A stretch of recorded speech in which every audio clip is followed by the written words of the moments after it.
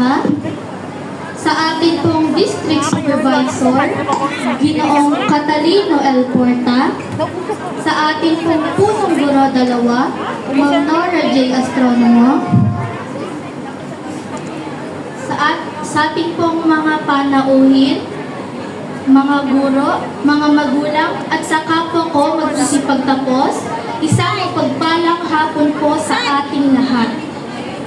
Napakabilis ng panahon. Dumating na ang espesyal na araw ng pagtatapos. Masaya tayong lahat dahil haharapin na natin ang bagong yugto ng ating buhay, ang high school life. Pero nakakalungkot din dahil iiwanan na natin ang mahal nating paaralan. Sa isang banda, sigurado naman ako maraming mga alaala na maaari nating balikan na hindi na mabubura pa sa ating isipan. Ngayong araw pong ito, tayo po ay pinagtitipon-tipon upang ipagdiwang ang ilang taon nating pagsasama-sama sa Panginoon na lumikha at gumagabay sa atin. Maraming salamat po.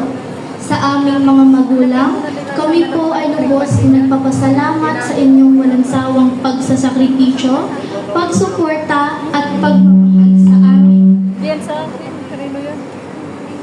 Sa aming mga guro, maraming salamat po sa inyong dedikasyon at pagmamalasakit sa amin.